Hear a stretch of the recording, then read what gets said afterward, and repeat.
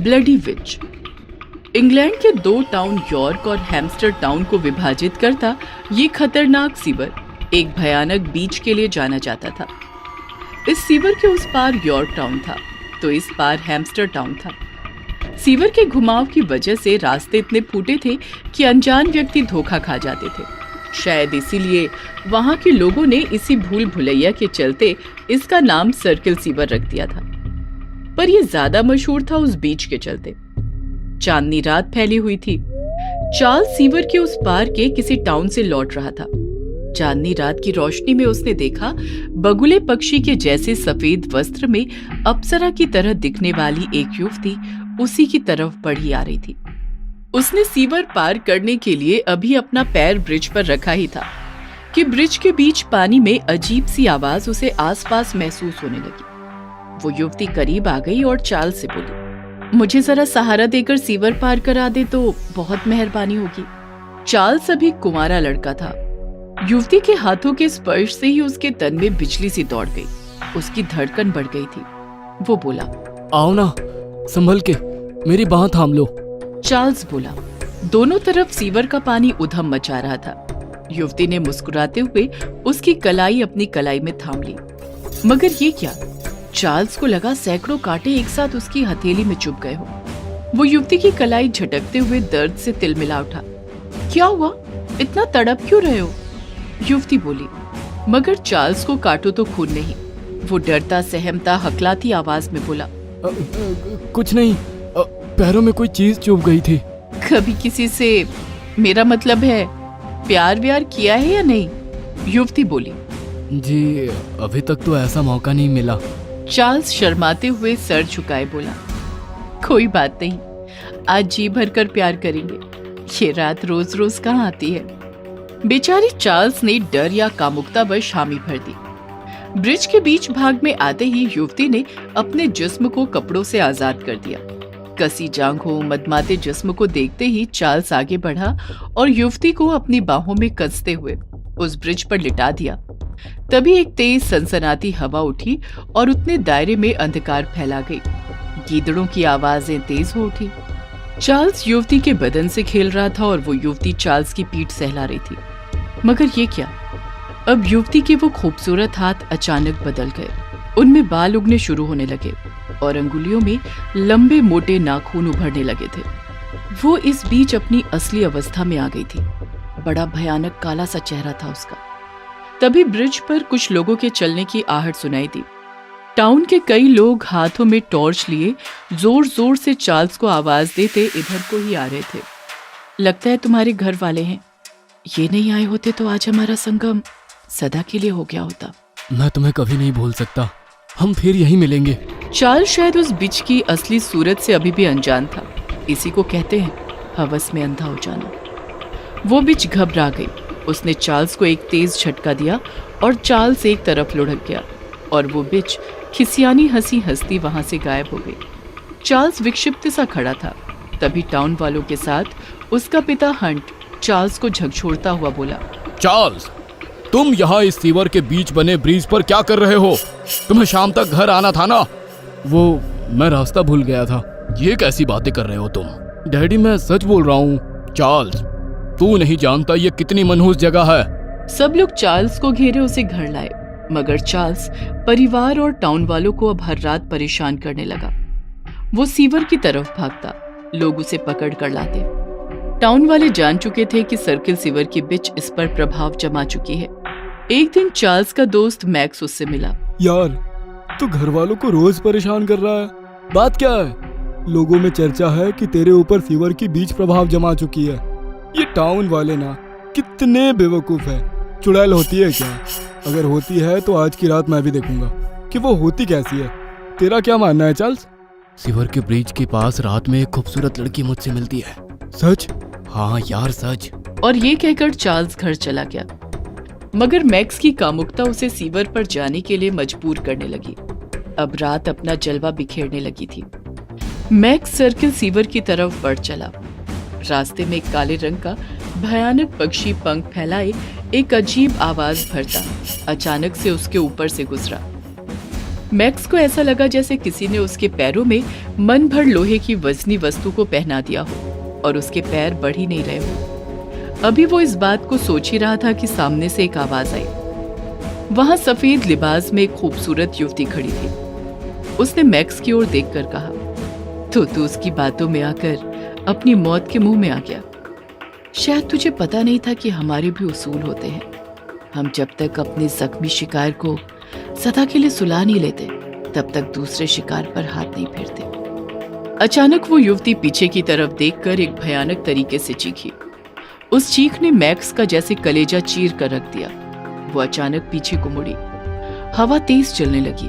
गीदड़ों की आवाजें उस खामोशी को चीरने लगी। युवती के बाल उसके हिप तक लहरा रहे थे और मैक्स उसका ये अंदाज देखकर आकर्षित हुए बगैर नहीं रह सका। वो आगे बढ़ा, करीब पहुंचा और जो ही उसने अपनी बाहों में युवती को लेना चाहा, युवती उसकी तरफ घूम गई और मैक्स के मुंह से भयानक चीख निकल गई। बड़ा डरावना दृश्य था वो। युवती के चेहरे पर बहते हुए फोड़े ही फोड़े उगाए थे। उसके मुंह के लंबे चमकते दांत बाहर को निकल पड़े थे। मैक्स चीखते हुए बदहवास ब्रिज से टाउन की तरफ भागा, मगर कहां तक? उस डरावनी बिच ने एक बड़े आकार का चमगादड़ नुमा पक्षी का रूप ले लिया और मैक्स के पीछे झपट पड़ी। मैक्स ब्रिज पार करने ही वाला था कि पक्षी का रूप धारण किए हुए बिच ने अपने पंखों से मैक्स को जोरदार धक्का दिया और मैक्स तेज बहते सीवर की गहराई में चला गया। आकाश में उस पक्षी के 3 स्वर सुनाई दिए, चिंच चिंच चिंच। शायद ये उसकी विजय का प्रतीक था। पूरे टाउन में लोगों की भीड़ लगी थी। मैक्स का शरीर पानी में तैर रहा था। सारा टाउन शोक के आलम में था।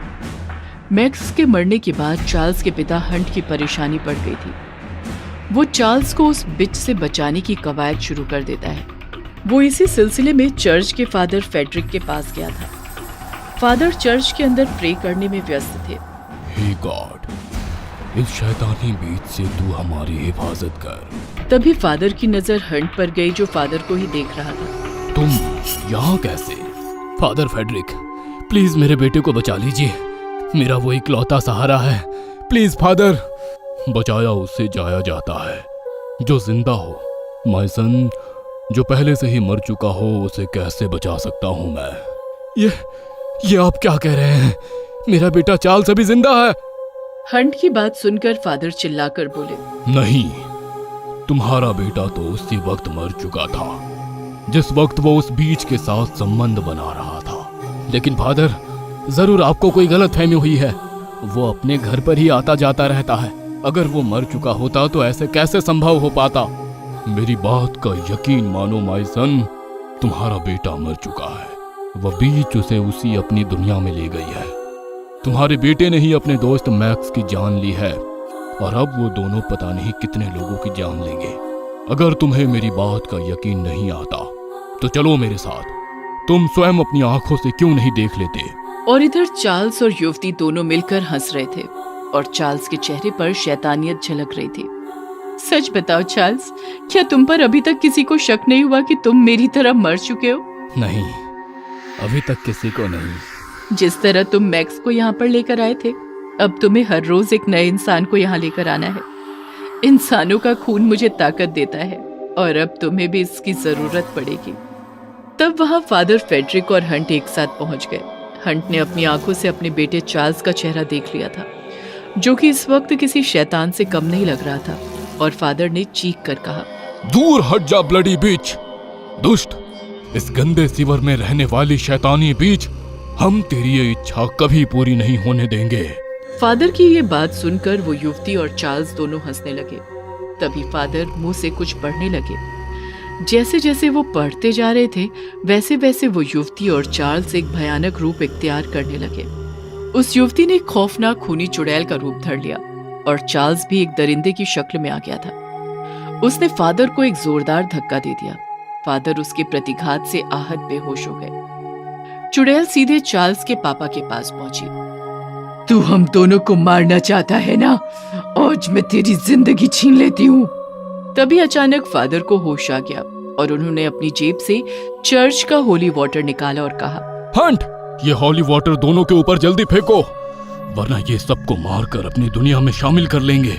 हंट ने फादर के हाथ से होली वाटर लेकर तुरंत दोनों के ऊपर फेंक दिया। होली वाटर गिरते ही अचानक उस युवती यानी बिच का और चार्ल्स का जिस्म जल उठा।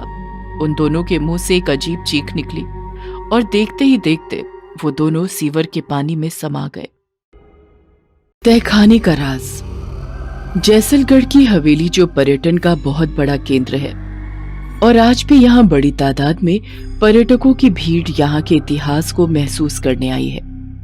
इस भीड़ में सब लोग हवेली के अलग अलग हिस्सों में घूम रहे हैं और 4-5 लोगों का ग्रुप हवेली के पहले तहखाने की तरफ बढ़ा है और उन्हें सामने दूर अंधेरे में एक आदमी, फिर दूसरा और तीसरा, ऐसे आदमियों की तादाद भीड़ में बढ़ती हुई दिख रही है जो कि आधे कंकाल की तरह भयानक दिख रहे हैं, जो एक साथ इन कॉलेज के बच्चों की ओर आगे बढ़ रहे हैं।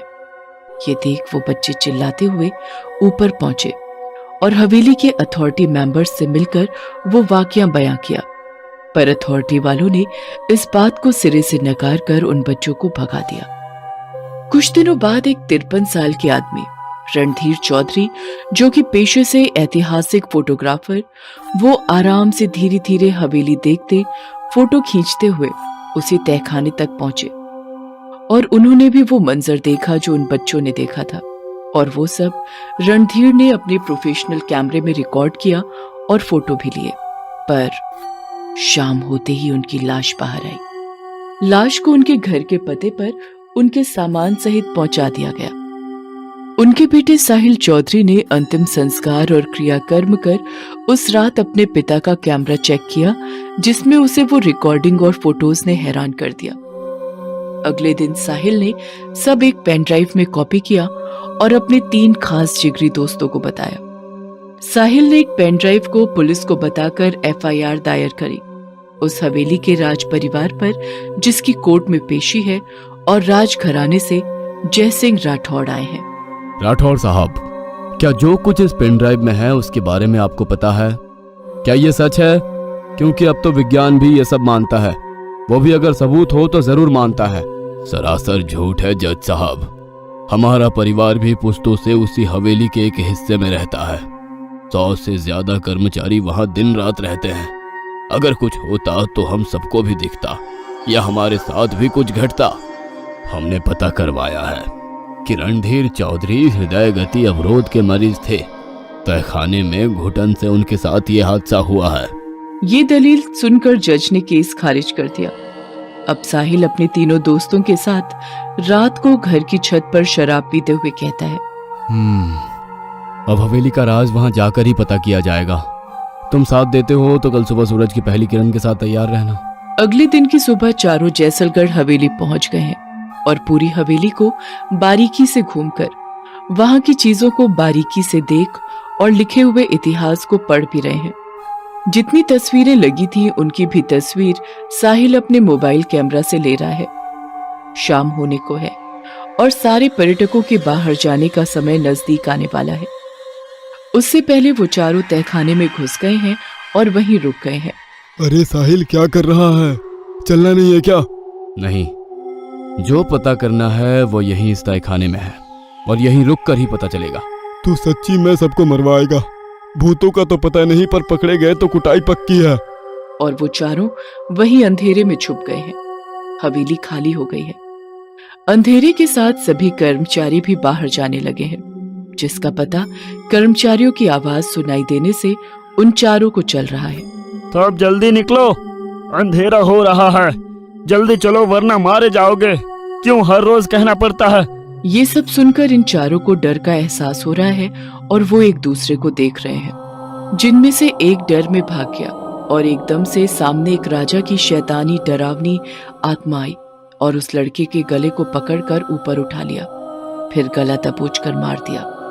गर्दन की हड्डी टूटने की आवाज और उस दोस्त के मुंह से निकलते खून ने बाकी 2 को भी तहखाने के अंदर डर कर भागने पर मजबूर कर दिया, जहां फिर से एक एक कर आधे कंकाल वाले आदमियों की भीड़ बढ़ती गई, जिन्होंने उन दोनों को दबोच लिया और मार डाला। ये सब देख साहिल रोता बिलखता तीसरी ओर भागा और तहखाने से बाहर ऊपर एक बड़े से कमरे में पहुंचा, जहां एक महारानी की बड़ी सी तस्वीर लगी है। कमरे के बाहर उन भूतिया आधे कंकाल वाले आदमियों और राजा की भयानक आत्मा का जमावड़ा खड़ा है, पर अंदर नहीं आ रहा है। ये देख साहिल खुद से ये बात करके बड़बड़ा रहा है। ये सब अंदर क्यों नहीं आ रहे हैं? पीछे से एक औरत की आवाज आई, ये पापी लोग अंदर नहीं आ पाएंगे। साहिल पलटा और देखा कि तस्वीर से महारानी की आत्मा बाहर आ गई। साहिल पीछे कदम बढ़ाता हुआ गिरा। डरो मत बेटा, मैं उन जैसी नहीं हूं, और वैसे भी जो पता करने आए हो वो सच मैं ही बता सकती हूँ तुम्हें। तो सुनो। 123 साल पहले जिसलगढ़ घराना छोटा पर नामचीन था, क्योंकि महाराज चंदेर सिंह जनता के सामने और नजरों में बड़े दयालु और निष्ठावान थे। हर इंसान के सहायक थे, बड़े भावुक थे, पर उनका असली चेहरा बस मैं, उनकी महारानी शीत कंवर ही जानती थी, या फिर वो गुलाम जो वफादारी से उनकी गुलामी करते थे। वो सच ये था कि गांव से हर रोज एक औरत रात के अंधेरे में गायब होने लगी, जो कि महाराज अपने गुलामों से अगवा करवा कर हवेली के चमचमाते तहखाने में मंगवाया करते थे। उसके साथ जितनी बार और जितने समय तक रंगरलियां बनाते और मन भरने पर मरवा कर गांव के जंगल में लाश फेंकवा देते। कोई न कोई जानवर रात में उस लाश को खा ही जाता, और तब वो आधी खाई हुई लाश मिलने पर लगता कि जानवर का शिकार हुई है। एक आदमी बलदेव ने दिमाग लगाया और बड़बड़ाने लगा, सिर्फ औरत ही क्यों, जानवर जो भी हो, उससे सिर्फ औरत का शिकार ही करना है। और वो रात को छुपकर गांव के चौक में ही पेड़ के नीचे हर रोज सोने लगा। एक रात को जब एक औरत निवृत्त होने के लिए जंगल की ओर गई, तो वहां से कुछ जोरों से छटपटाने की आवाजों ने बलदेव को उसका पीछा करने पर मजबूर किया, और उसने देखा कि कुछ लोग उस औरत को अगवा करके ले जा रहे हैं। पीछा करने पर देखा कि वो हवेली के खुफिया दरवाजे से अंदर गए हैं। अब बलदेव हवेली के सामने पेड़ों के पीछे छिप छिप कर दिन रात बिताने लगा। 4 रात बाद वो लोग उस औरत को वापस जंगल में लेकर गए और फेंक कर चले गए। बलदेव ने उस औरत की नाक के सामने उंगलियों से उसकी सांसें चलती महसूस की, तो अपने पास पड़े पानी से भरी जरी यानी चमड़े की पानी पीने वाली थैली से पानी छिड़क कर औरत को होश में ले आया, जिसने महाराज का सच बलदेव को बताया।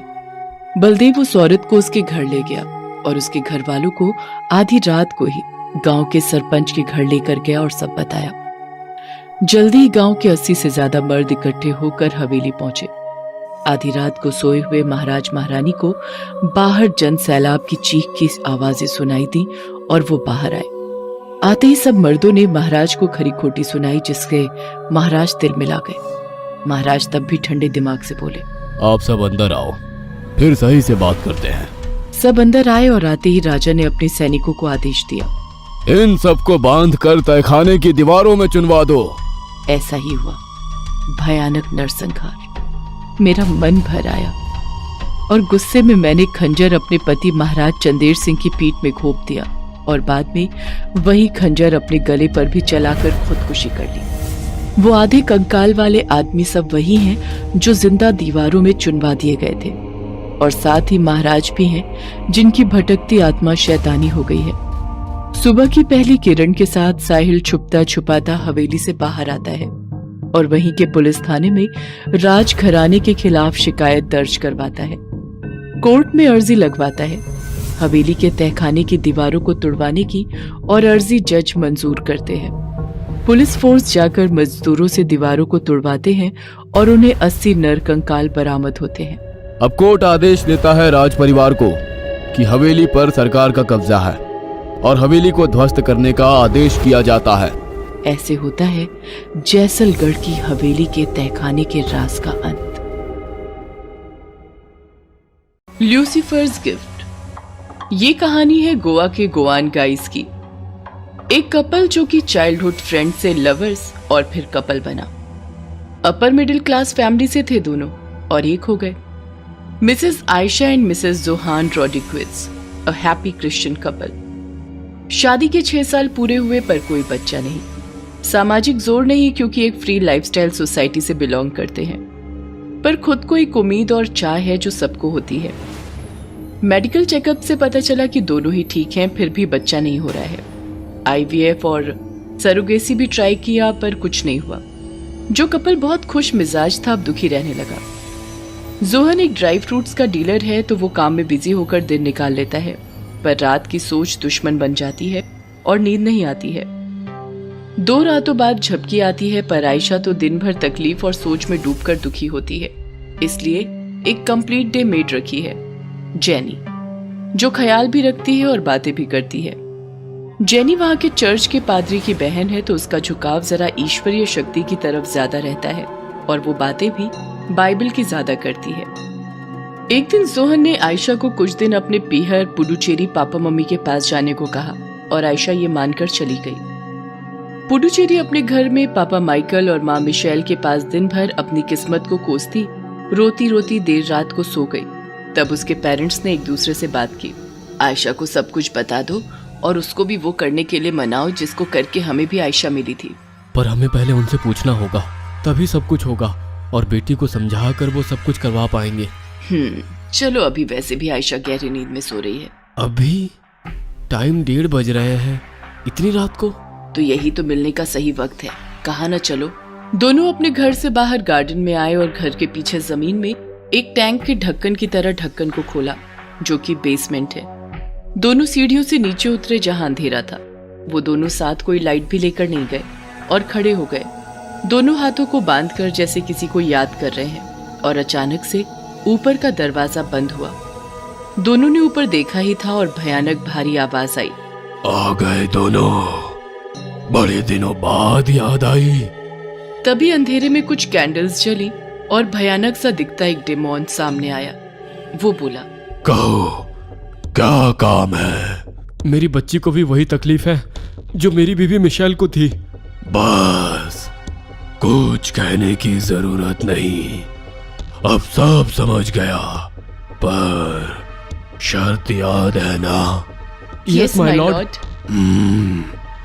Then tell your daughter and get ready her for the Lucifer's gift. Demon अदृश्य हो गया और वो दोनों भी बाहर आकर अपने कमरे में जाकर सो गए। सुबह नाश्ते पर दोनों ने आयशा को समझाया, look Ayesha and listen to me carefully, it will be good news if you believe. Yes mom, I am listening. सबने हाथों से फोक एंड स्पून रख दिए। आयशा देखो, जब साइंस काम नहीं आती तब सुपर साइंस काम आती है, जिसे हम माइथोलॉजी एंड स्पिरिचुअलिटी कहते हैं। पर हमारा विश्वास उनसे भी ऊपर वाली शक्ति में है, द सुपर नेचुरल पावर, और वो कभी वेस्ट नहीं जाती। और इसका इफेक्ट तुम खुद हो। जो तकलीफ तुम्हें है वो हमें भी थी, और तुम्हारा जन्म भी वैसे ही हुआ जैसे तुम्हारे बच्चे का हो सकता है, अगर तुम चाहो और मानो तो। I want to being a mother and I can do everything.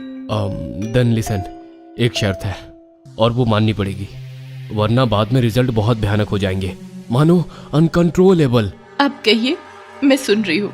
आज रात तुम्हें हम दोनों वहां ले जाएंगे जहां से तुम्हारी इच्छा पूरी होगी, पर शर्त यह है कि वो बच्चा हमारे भगवान का होगा। मीन्स पहला बच्चा वो ले जाएंगे, बाद में चाहे जितनी भी संतानें हो वो तुम्हारी, पर पहला बच्चा उनका अपना गिफ्ट होगा और तुम्हें लौटना होगा। मंजूर है। रात 12:45 पर वो तीनों नीचे आते हैं और वैसे ही डिमोन आकर आयशा से पूछता है, क्या तुम्हें मंजूर है? हाँ। तुम अकेले रुको और तुम दोनों जाओ। ये बोलकर वो अदृश्य हो जाता है और वो दोनों आयशा को अकेला छोड़कर ढक्कन बंद कर चले जाते हैं। अपने कमरे में दोनों लेटे हुए बस इंतजार करते हैं कुछ होने का, और अचानक जोरों से बिजलियां कड़कने लगती हैं। तेज आंधी चलने की आवाज सुनाई देती है, जिससे घर की छत के दरवाजे टकराने लगते हैं। लाइट्स ऑफ हो जाती है और दोनों ऊपर दरवाजा बंद करने साथ जाते हैं। छत पर पहुंचकर आकाश देखते हैं जो कि लाल सुर्ख हो गया है, जिसमें काले बादल मंडरा रहे हैं। तेज आंधी पेड़ों को बेहाल कर हिला रही है और साथ ही ऐसे मौसम में बारिश शुरू हो गई है। बिजलियां कड़ाके से कड़क कर डर का माहौल बना चुकी हैं। आकाश में ऐसे मौसम से एक आदमी जैसा पंखों से उड़ता हुआ नीचे आ रहा है। धीरे धीरे जो गुस्से में आंखें लाल किए नीचे उतर रहा है। उन दोनों की नजरें उससे मिली और दोनों घुटनों पर बैठ गए। वो आसुरी शक्ति नीचे उतरती है पंखों के सहारे, घर के पीछे उतर गई। मौसम अभी भी वैसा ही है। वो दोनों भीगे हुए छत के दरवाजे को बंद कर नीचे गए और कपड़े बदल कर सो गए। पर सोना किस्मत नहीं उस रात, क्योंकि मौसम की गर्जना और अब बेटी की चीखें सोने नहीं दे रही हैं। 3 बजे एकदम से सब शांत हुआ और फिर दोनों सो गए, जो इतने समय से अपने बिस्तर पर बैठे एक दूसरे को देख रहे थे। सुबह 7 बजे आवाज आई, गुड मॉर्निंग मॉम, डैड। दोनों उठे और देखा कि सामने बेटी और वो एक कातिल मुस्कान से भरी है, जिसमें उस आसुरी शक्ति का अंश आ गया है। अब आयशा अपने पति जोहान को कॉल करके कहती है, यहाँ सरोगेसी से काम हो गया है, कॉन्ग्रेचुलेशंस, जल्दी आ जाओ। Yes, my love. Thank you, baby. Today I am the happiest man on the earth. I will be there in the evening. अभी फ्लाइट से निकलता हूँ। जोहान शाम को पहुंच जाता है अपने ससुराल। 1 हफ्ते बीवी के साथ शहर घूमता है और वापस दोनों गोवा जाते हैं। खुशी से अपनी बीवी का ख्याल रखता है, घर पर ही रहता है।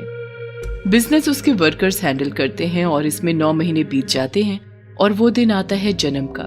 बीवी को हॉस्पिटल ले जाता है।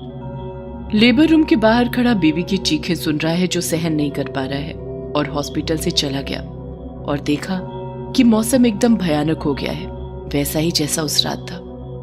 एक आदमी आकर बधाई देता है, तब वो अंदर आता है और देखता है कि एक लड़के का पिता बन गया है। पर पास के बेड पर जो थी, वो और उसका बच्चा दोनों मर गए। बिकॉज ऑफ नॉर्मल डिलीवरी अगले दिन घर आ जाते हैं। खुशी के माहौल में 1 साल बीत जाता है और सब अपने रोज के काम में लग जाते हैं। पहला जन्मदिन आता है जब उसके नाना नानी भी आते हैं और बेटी को शर्त याद दिलाते हैं, पर वो नहीं मानती।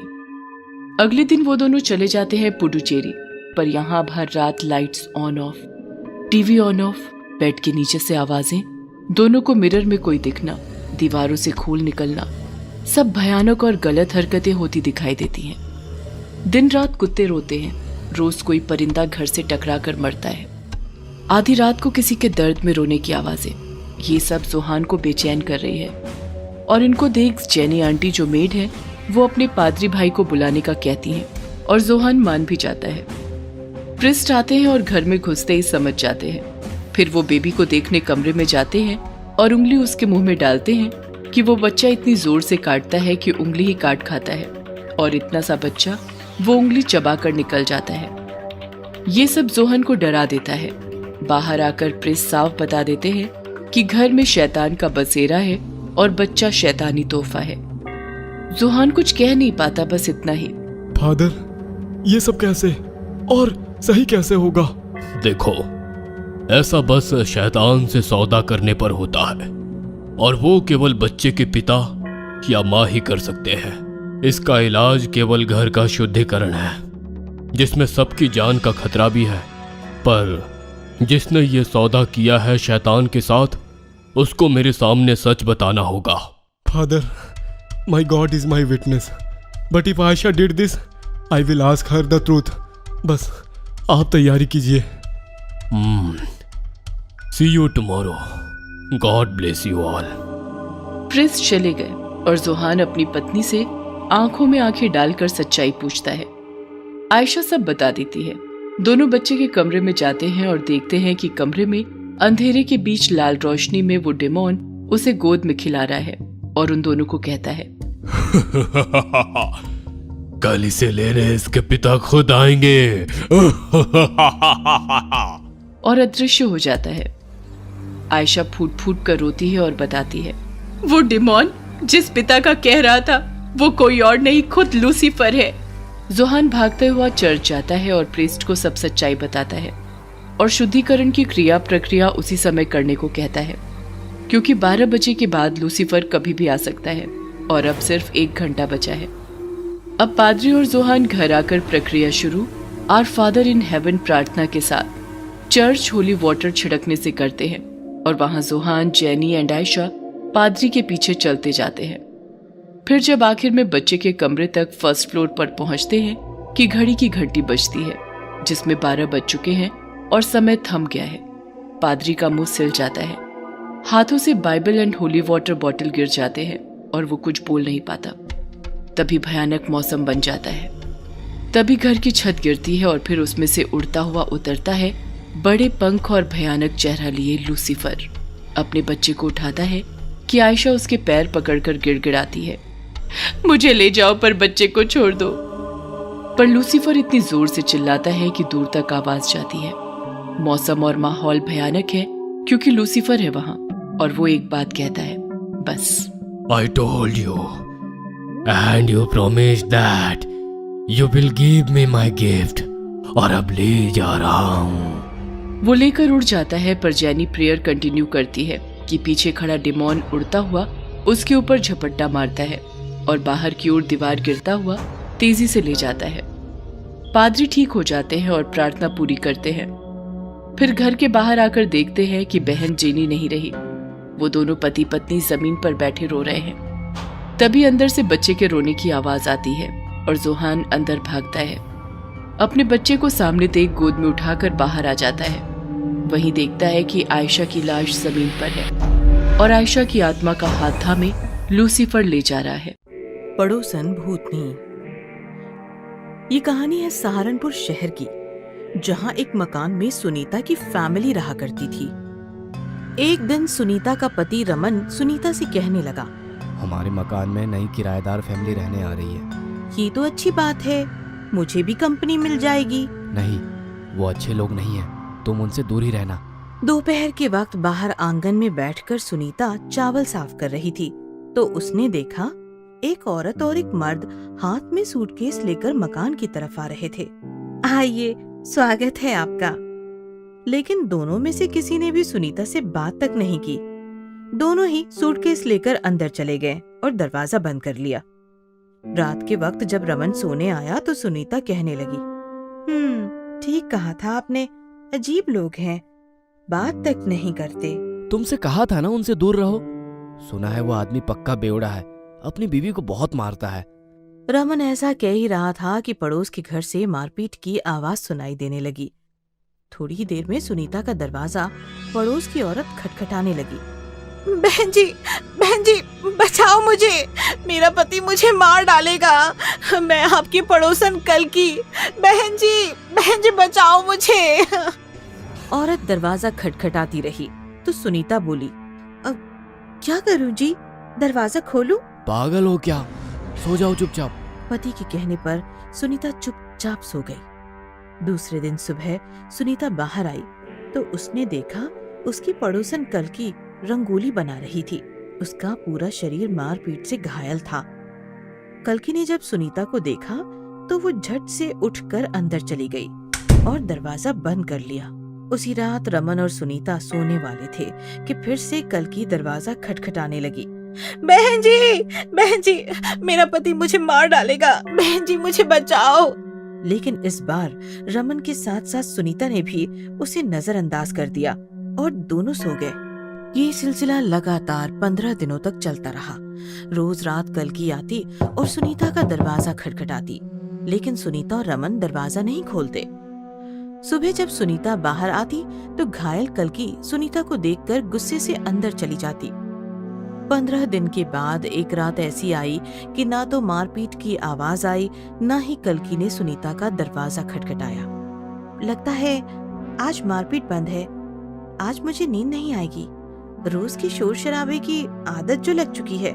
दूसरों के मामले में टांग ना घुसाओ, सो जाओ। उस रात के बाद जैसे चमत्कार ही हो गया। कल्की जैसे गायब ही हो गई। सुनीता को फिर कभी नहीं दिखी।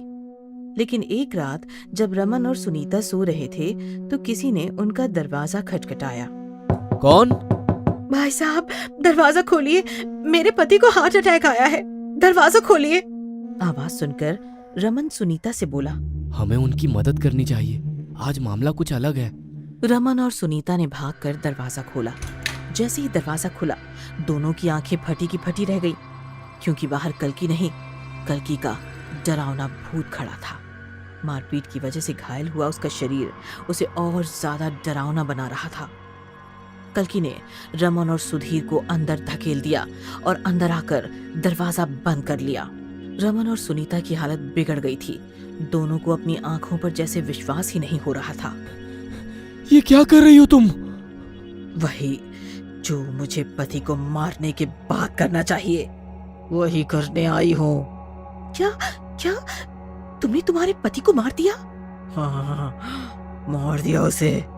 15 दिन पहले उसने बंद कमरे के अंदर मेरा गला घोट कर मुझे मार दिया था। आज मैंने भूत बनकर उसे मार दिया और अब तुम दोनों की बारी है। हमने क्या बिगाड़ा है तुम्हारा? जब मैं तुम्हारे दरवाजे पर आकर मदद की भीख मांग रही थी तब क्या तुमने मेरी मदद की थी? बोलो। जब मुझ पर अत्याचार हो रहा था, मेरी हत्या हो रही थी, तुम दोनों सुकून से सो रहे थे, इसलिए आज मैं तुम दोनों को हमेशा हमेशा के लिए सुलाने आई हूँ। ऐसा कहकर कल्कि का भूत जोर जोर से हंसने लगा।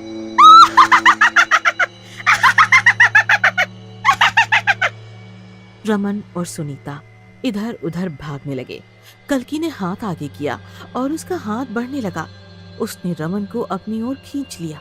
सुनीता, बचाओ बचाओ।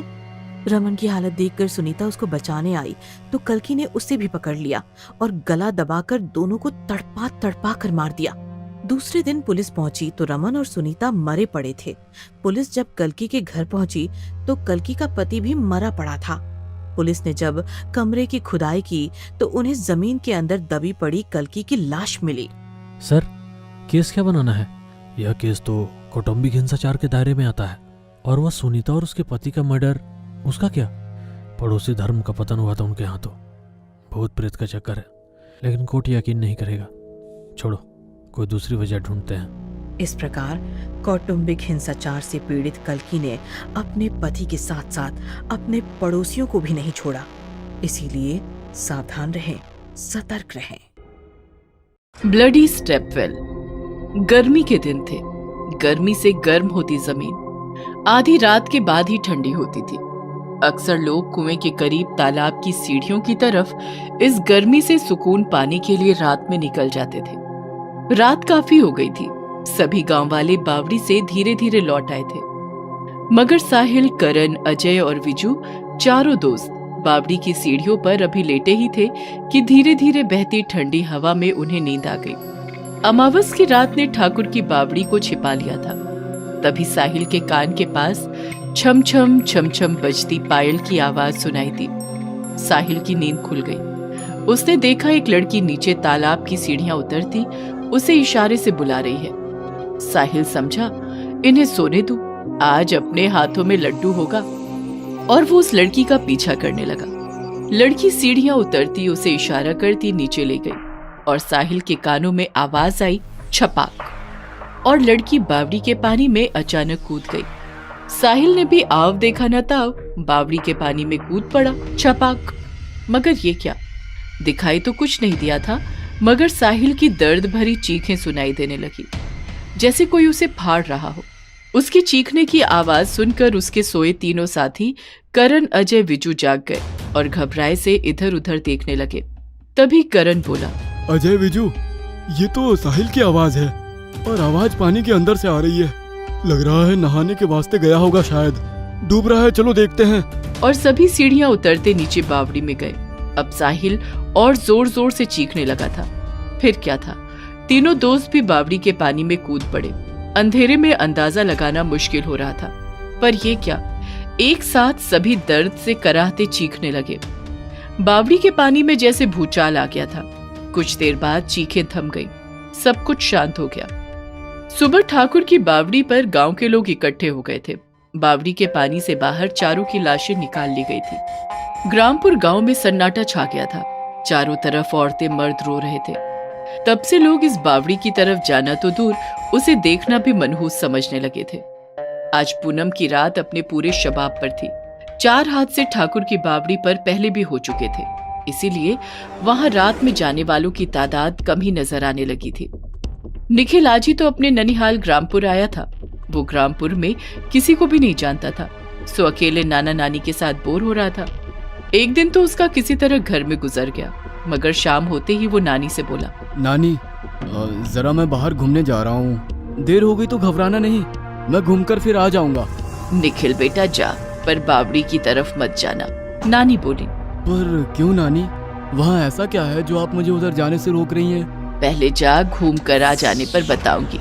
निखिल नानी के घर से बाहर गली में निकल गया था। तेज हवा शोर मचाए हुए थी। निखिल मनी मन नानी की बात को सोचता हुआ गांव से बाहर चला जा रहा था।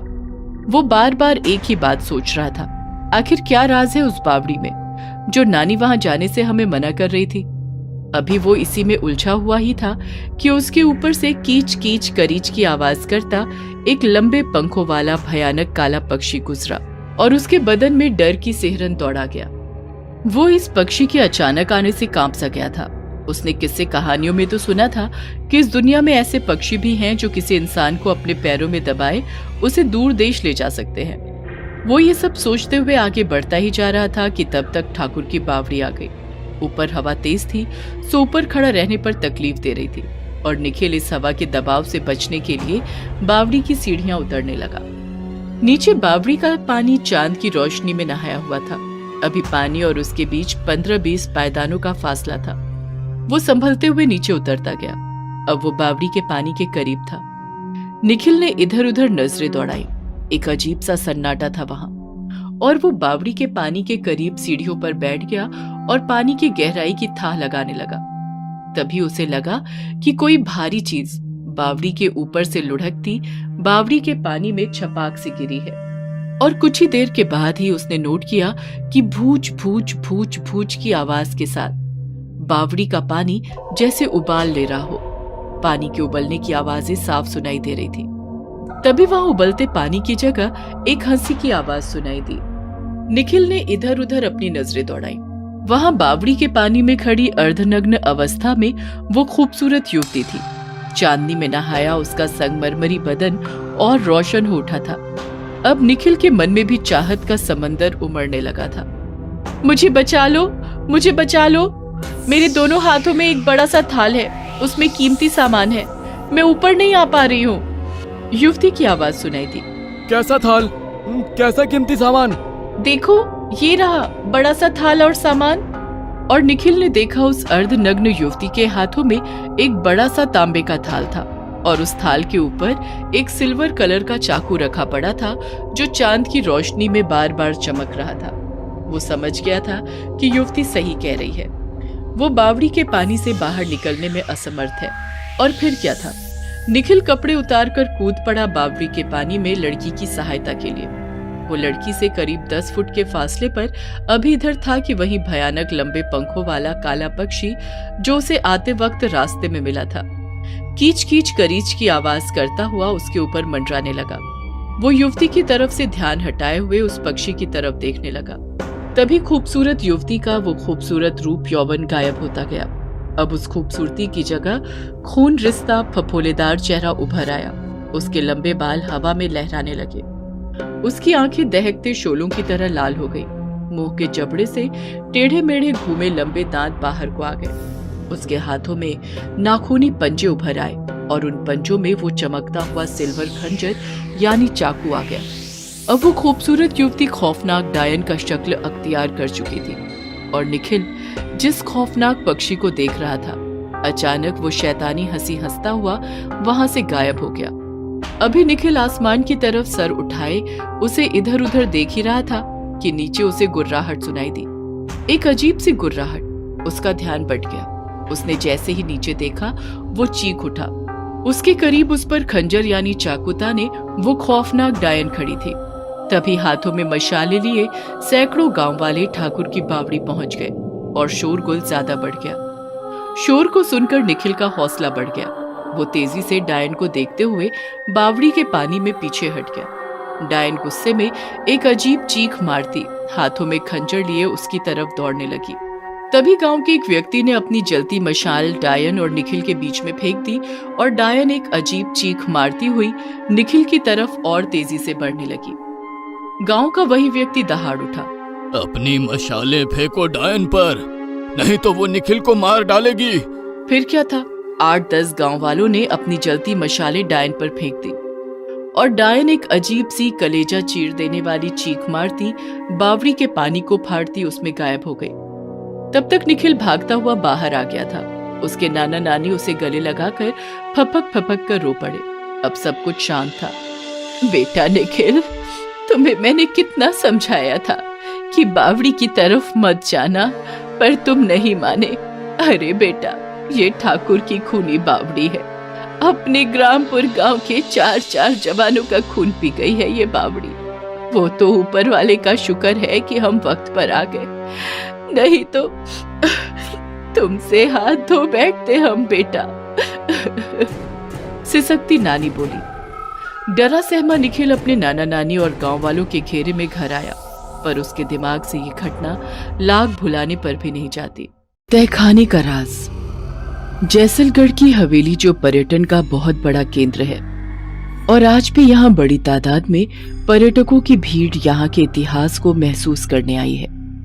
इस भीड़ में सब लोग हवेली के अलग अलग हिस्सों में घूम रहे हैं और 4-5 लोगों का ग्रुप हवेली के पहले तहखाने की तरफ बढ़ा है और उन्हें सामने दूर अंधेरे में एक आदमी, फिर दूसरा और तीसरा, ऐसे आदमियों की तादाद भीड़ में बढ़ती हुई दिख रही है, जो कि आधे कंकाल की तरह भयानक दिख रहे हैं, जो एक साथ इन कॉलेज के बच्चों की ओर आगे बढ़ रहे हैं। ये देख वो बच्चे चिल्लाते हुए ऊपर पहुंचे और हवेली के अथॉरिटी मेंबर्स से मिलकर वो वाकया बयां किया, पर अथॉरिटी वालों ने इस बात को सिरे से नकार कर उन बच्चों को भगा दिया। कुछ दिनों बाद एक 53 साल के आदमी रणधीर चौधरी, जो कि पेशे से ऐतिहासिक फोटोग्राफर, वो आराम से धीरे धीरे हवेली देखते, फोटो खींचते हुए उसी तहखाने तक पहुंचे और उन्होंने भी वो मंजर देखा जो उन बच्चों ने देखा था, और वो सब रणधीर ने अपने प्रोफेशनल कैमरे में रिकॉर्ड किया और फोटो भी लिए। पर शाम होते ही उनकी लाश बाहर आई। लाश को उनके घर के पते पर उनके सामान सहित पहुंचा दिया गया। उनके बेटे साहिल चौधरी ने अंतिम संस्कार और क्रियाकर्म कर उस रात अपने पिता का कैमरा चेक किया, जिसमें उसे वो रिकॉर्डिंग और फोटोज ने हैरान कर दिया। अगले दिन साहिल ने सब एक पेन ड्राइव में कॉपी किया और अपने 3 खास जिगरी दोस्तों को बताया। साहिल ने एक पेन ड्राइव को पुलिस को बताकर FIR दायर करी उस हवेली के राज परिवार पर, जिसकी कोर्ट में पेशी है और राज घराने से जय सिंह राठौड़ आए हैं। राठौर साहब, क्या जो कुछ इस पेन ड्राइव में है उसके बारे में आपको पता है? क्या ये सच है? क्योंकि अब तो विज्ञान भी ये सब मानता है, वो भी अगर सबूत हो तो जरूर मानता है। सरासर झूठ है जज साहब। हमारा परिवार भी पुश्तों से उसी हवेली के एक हिस्से में रहता है। 100 से ज्यादा कर्मचारी वहां दिन रात रहते हैं। अगर कुछ होता तो हम सबको भी दिखता या हमारे साथ भी कुछ घटता। हमने पता करवाया है कि रणधीर चौधरी हृदय गति अवरोध के मरीज थे। तहखाने में घुटन से उनके साथ ये हादसा हुआ है। ये दलील सुनकर जज ने केस खारिज कर दिया। अब साहिल अपने तीनों दोस्तों के साथ रात को घर की छत पर शराब पीते हुए कहता है, अब हवेली का राज वहां जाकर ही पता किया जाएगा। तुम साथ देते हो तो कल सुबह सूरज की पहली किरण के साथ तैयार रहना। अगले दिन की सुबह चारों जैसलगढ़ हवेली पहुंच गए हैं और पूरी हवेली को बारीकी से घूमकर वहां की चीजों को बारीकी से देख और लिखे हुए इतिहास को पढ़ भी रहे हैं। जितनी तस्वीरें लगी थी उनकी भी तस्वीर साहिल अपने मोबाइल कैमरा से ले रहा है। शाम होने को है और सारे पर्यटकों के बाहर जाने का समय नजदीक आने वाला है। उससे पहले वो चारों तहखाने में घुस गए हैं और वहीं रुक गए हैं। अरे साहिल, क्या कर रहा है? चलना नहीं है क्या? नहीं, जो पता करना है वो यहीं इस तहखाने में है और यहीं रुक कर ही पता चलेगा। तू सच्ची में सबको मरवाएगा?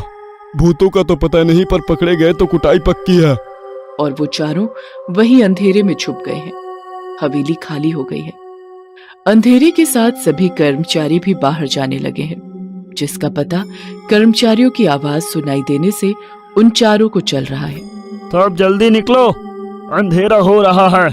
जल्दी चलो वरना मारे जाओगे। क्यों हर रोज कहना पड़ता है? ये सब सुनकर इन चारों को डर का एहसास हो रहा है और वो एक दूसरे को देख रहे हैं, जिनमें से एक डर में भाग गया और एकदम से सामने एक राजा की शैतानी डरावनी आत्मा आई और उस लड़के के गले को पकड़कर ऊपर उठा लिया, फिर गला दबोच कर मार दिया।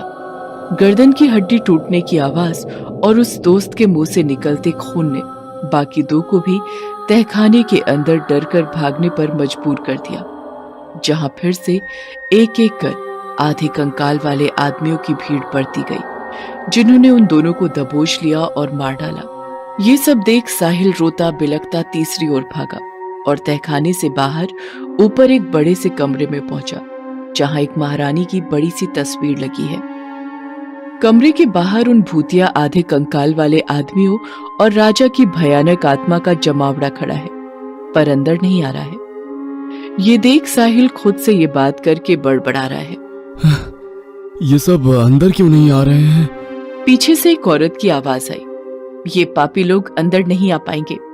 साहिल पलटा और देखा कि तस्वीर से महारानी की आत्मा बाहर आ गई। साहिल पीछे कदम बढ़ाता हुआ गिरा। डरो मत बेटा, मैं उन जैसी नहीं हूं, और वैसे भी जो पता करने आए हो वो सच मैं ही बता सकती हूँ तुम्हें, तो सुनो। 123 साल पहले जिसलगढ़ घराना छोटा पर नामचीन था, क्योंकि महाराज चंदेर सिंह जनता के सामने और नजरों में बड़े दयालु और निष्ठावान थे। हर इंसान के सहायक थे, बड़े भावुक थे, पर उनका असली चेहरा बस मैं, उनकी महारानी शीत कंवर ही जानती थी, या फिर वो गुलाम जो वफादारी से उनकी गुलामी करते थे। वो सच ये था कि गांव से हर रोज एक औरत रात के अंधेरे में गायब होने लगी, जो कि महाराज अपने गुलामों से अगवा करवा कर हवेली के चमचमाते तहखाने में मंगवाया करते थे।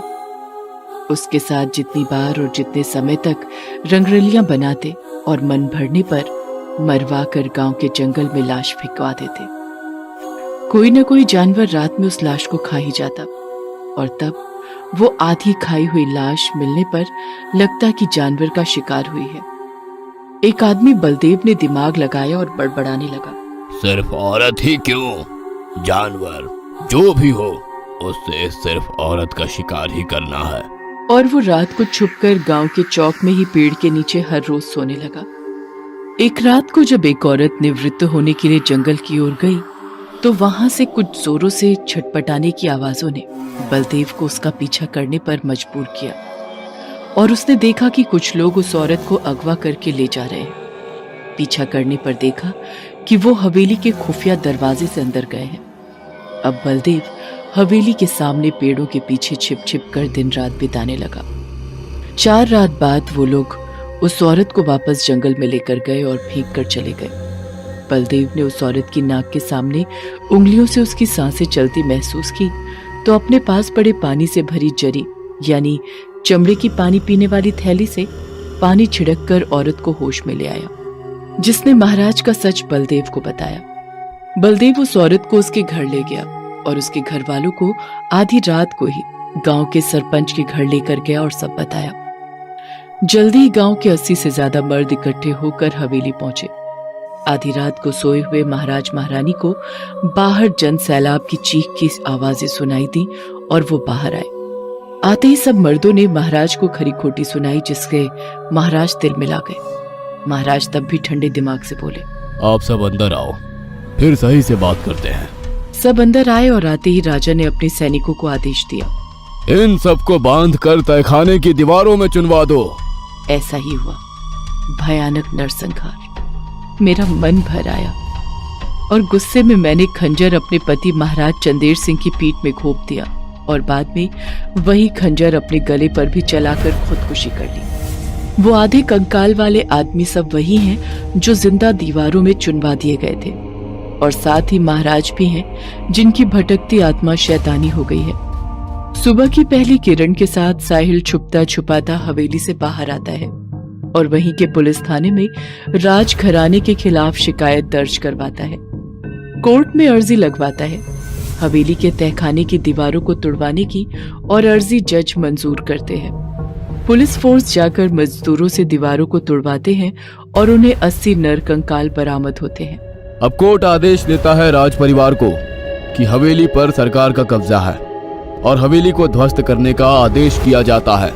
ऐसे होता है जैसलगढ़ की हवेली के तहखाने के राज का अंत। ल्यूसीफर्स गिफ्ट। ये कहानी है गोवा के गोवान गाइस की। एक कपल जो कि चाइल्डहुड फ्रेंड से लवर्स और फिर कपल बना। अपर मिडिल क्लास फैमिली से थे दोनों और एक हो गए। Mrs Ayesha and Mrs Johan Rodriguez, a happy Christian couple. शादी के 6 साल पूरे हुए पर कोई बच्चा नहीं। सामाजिक जोर नहीं, क्योंकि एक फ्री लाइफस्टाइल सोसाइटी से बिलोंग करते हैं, पर खुद को एक उम्मीद और चाह है जो सबको होती है। मेडिकल चेकअप से पता चला कि दोनों ही ठीक हैं, फिर भी बच्चा नहीं हो रहा है। IVF और सरोगेसी भी ट्राई किया पर कुछ नहीं हुआ। जो कपल बहुत खुश मिजाज था अब दुखी रहने लगा। जोहन एक ड्राई फ्रूट्स का डीलर है, तो वो काम में बिजी होकर दिन निकाल लेता है, पर रात की सोच दुश्मन बन जाती है और नींद नहीं आती है। 2 रातों बाद झपकी आती है, पर आयशा तो दिन भर तकलीफ और सोच में डूबकर दुखी होती है। इसलिए एक कंप्लीट डे मेड रखी है, जेनी, जो ख्याल भी रखती है और बातें भी करती है। जेनी वहां के चर्च के पादरी की बहन है, तो उसका झुकाव जरा ईश्वरीय शक्ति की तरफ ज्यादा रहता है और वो बातें भी बाइबल की ज्यादा करती है। एक दिन जोहन ने आयशा को कुछ दिन अपने पीहर पुडुचेरी पापा मम्मी के पास जाने को कहा और आयशा ये मानकर चली गई। पुडुचेरी अपने घर में पापा माइकल और माँ मिशेल के पास दिन भर अपनी किस्मत को कोसती रोती रोती देर रात को सो गई। तब उसके पेरेंट्स ने एक दूसरे से बात की, आयशा को सब कुछ बता दो और उसको भी वो करने के लिए मनाओ जिसको करके हमें भी आयशा मिली थी। पर हमें पहले उनसे पूछना होगा, तभी सब कुछ होगा और बेटी को समझा कर वो सब कुछ करवा पाएंगे। चलो, अभी वैसे भी आयशा गहरी नींद में सो रही है। अभी टाइम 1:30 बज रहे हैं, इतनी रात को? तो यही तो मिलने का सही वक्त है, कहा ना चलो। दोनों अपने घर से बाहर गार्डन में आए और घर के पीछे जमीन में एक टैंक के ढक्कन की तरह ढक्कन को खोला, जो कि बेसमेंट है। दोनों सीढ़ियों से नीचे उतरे जहां अंधेरा था। वो दोनों साथ कोई लाइट भी लेकर नहीं गए और खड़े हो गए, दोनों हाथों को बांधकर जैसे किसी को याद कर रहे हैं। और अचानक से ऊपर का दरवाजा बंद हुआ। दोनों ने ऊपर देखा ही था और भयानक भारी आवाज आई, आ गए दोनों, बड़े दिनों बाद याद आई। तभी अंधेरे में कुछ कैंडल्स जली और भयानक सा दिखता एक डेमोन सामने आया। वो बोला, कहो क्या काम है? मेरी बच्ची को भी वही तकलीफ है जो मेरी बीवी मिशेल को थी। बस, कुछ कहने की जरूरत नहीं, अब सब समझ गया, पर शर्त याद है ना? Yes, my lord. Then tell your daughter and get ready her for the Lucifer's gift. Demon अदृश्य हो गया और वो दोनों भी बाहर आकर अपने कमरे में जाकर सो गए। सुबह नाश्ते पर दोनों ने आयशा को समझाया, look Ayesha and listen to me carefully, it will be good news if you believe. Yes mom, I am listening. सबने हाथों से फोक एंड स्पून रख दिए। आयशा देखो, जब साइंस काम नहीं आती तब सुपर साइंस काम आती है, जिसे हम माइथोलॉजी एंड स्पिरिचुअलिटी कहते हैं। पर हमारा विश्वास उनसे भी ऊपर वाली शक्ति में है, द सुपर नेचुरल पावर, और वो कभी वेस्ट नहीं जाती। और इसका इफेक्ट तुम खुद हो। जो तकलीफ तुम्हें है वो हमें भी थी, और तुम्हारा जन्म भी वैसे ही हुआ जैसे तुम्हारे बच्चे का हो सकता है, अगर तुम चाहो और मानो तो। I want to being a mother and I can do everything. Then listen, एक शर्त है और वो माननी पड़ेगी, वरना बाद में रिजल्ट बहुत भयानक हो जाएंगे, मानो अनकंट्रोलेबल। आप कहिए, मैं सुन रही हूँ। आज रात तुम्हें हम दोनों वहां ले जाएंगे जहां से तुम्हारी इच्छा पूरी होगी, पर शर्त यह है कि वो बच्चा हमारे भगवान का होगा। मीन्स पहला बच्चा वो ले जाएंगे, बाद में चाहे जितनी भी संतानें हो वो तुम्हारी, पर पहला बच्चा उनका अपना गिफ्ट होगा और तुम्हें लौटना होगा। मंजूर है। रात 12:45 पर वो तीनों नीचे आते हैं और वैसे ही डिमोन आकर आयशा से पूछता है, क्या तुम्हें मंजूर है? हाँ। तुम अकेले रुको और तुम दोनों जाओ। ये बोलकर वो अदृश्य हो जाता है और वो दोनों आयशा को अकेला छोड़कर ढक्कन बंद कर चले जाते हैं। अपने कमरे में दोनों लेटे हुए बस इंतजार करते हैं कुछ होने का, और अचानक जोरों से बिजलियां कड़कने लगती हैं। तेज आंधी चलने की आवाज सुनाई देती है, जिससे घर की छत के दरवाजे टकराने लगते हैं। लाइट्स ऑफ हो जाती हैं और दोनों ऊपर दरवाजा बंद करने साथ जाते हैं। छत पर पहुंचकर आकाश देखते हैं जो कि लाल सुर्ख हो गया है, जिसमें काले बादल मंडरा रहे हैं। तेज आंधी पेड़ों को बेहाल कर हिला रही है और साथ ही ऐसे मौसम में बारिश शुरू हो गई है। बिजलियां कड़ाके से कड़क कर डर का माहौल बना चुकी है। आकाश में ऐसे मौसम से एक आदमी जैसा पंखों से उड़ता हुआ नीचे आ रहा है। धीरे धीरे जो गुस्से में आंखें लाल किए नीचे उतर रहा है। उन दोनों की नजरें उससे मिली और दोनों घुटनों पर बैठ गए। वो आसुरी शक्ति नीचे उतरती है पंखों के सहारे घर के पीछे उतर गई। मौसम अभी भी वैसा ही है।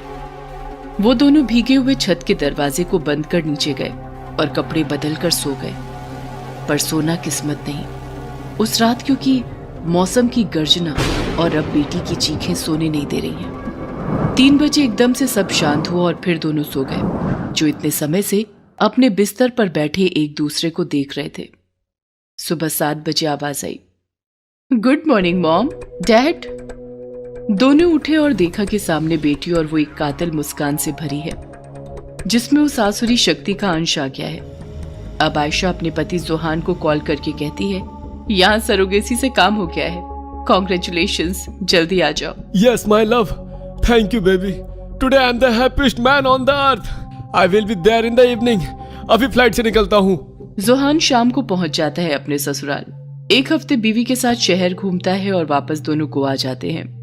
खुशी से अपनी बीवी का ख्याल रखता है, घर पर ही रहता है।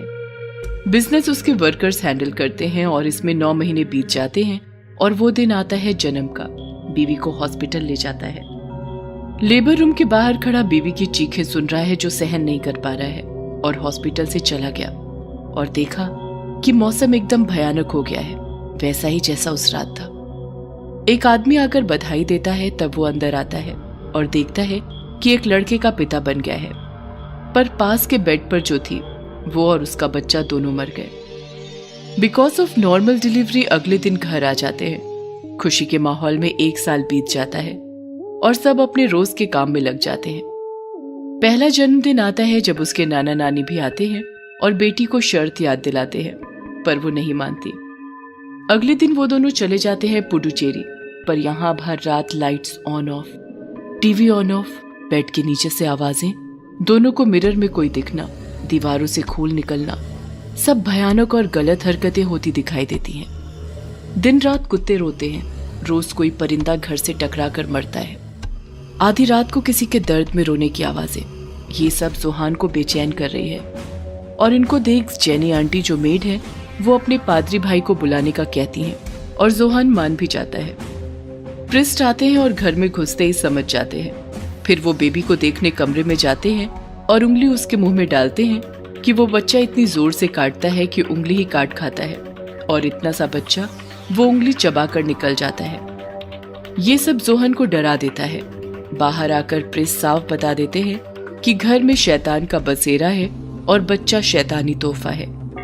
जोहान कुछ कह नहीं पाता, बस इतना ही, फादर, ये सब कैसे और सही कैसे होगा? देखो, ऐसा बस शैतान से सौदा करने पर होता है, और वो केवल बच्चे के पिता या माँ ही कर सकते हैं। इसका इलाज केवल घर का शुद्धिकरण है, जिसमें सबकी जान का खतरा भी है। पर जिसने ये सौदा किया है शैतान के साथ, उसको मेरे सामने सच बताना होगा। Father, my God is my witness, but if Ayesha did this, I will ask her the truth. बस आप तैयारी कीजिए। See you tomorrow. God bless you all. Priest चले गए और जोहान अपनी पत्नी से आंखों में आंखें डालकर सच्चाई पूछता है। आयशा सब बता देती है। दोनों बच्चे के कमरे में जाते हैं और देखते हैं कि कमरे में अंधेरे के बीच लाल रोशनी में वो डेमोन उसे गोद में खिला रहा है और उन दोनों को कहता है, कल इसे लेने इसके पिता खुद आएंगे। और अदृश्य हो जाता है। आयशा फूट फूट कर रोती है और बताती है, वो डेमोन जिस पिता का कह रहा था, वो कोई और नहीं, खुद लूसीफर है। जोहान भागते हुआ चर्च जाता है और प्रीस्ट को सब सच्चाई बताता है और शुद्धिकरण की क्रिया प्रक्रिया उसी समय करने को कहता है, क्योंकि 12 बजे के बाद लूसीफर कभी भी आ सकता है और अब सिर्फ 1 घंटा बचा है। अब पादरी और जोहान घर आकर प्रक्रिया शुरू आवर फादर इन हेवन प्रार्थना के साथ चर्च होली वाटर छिड़कने से करते हैं और वहां जोहान, जेनी एंड आयशा पादरी के पीछे चलते जाते हैं।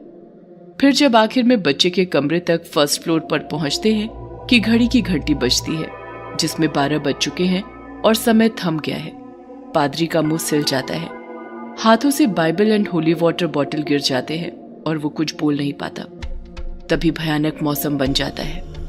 तभी घर की छत गिरती है और फिर उसमें से उड़ता हुआ उतरता है बड़े पंख और भयानक चेहरा लिए लूसीफर। अपने बच्चे को उठाता है कि आयशा उसके पैर पकड़कर गिड़गिड़ाती है, मुझे ले जाओ पर बच्चे को छोड़ दो। पर लूसीफर इतनी जोर से चिल्लाता है कि दूर तक आवाज जाती है।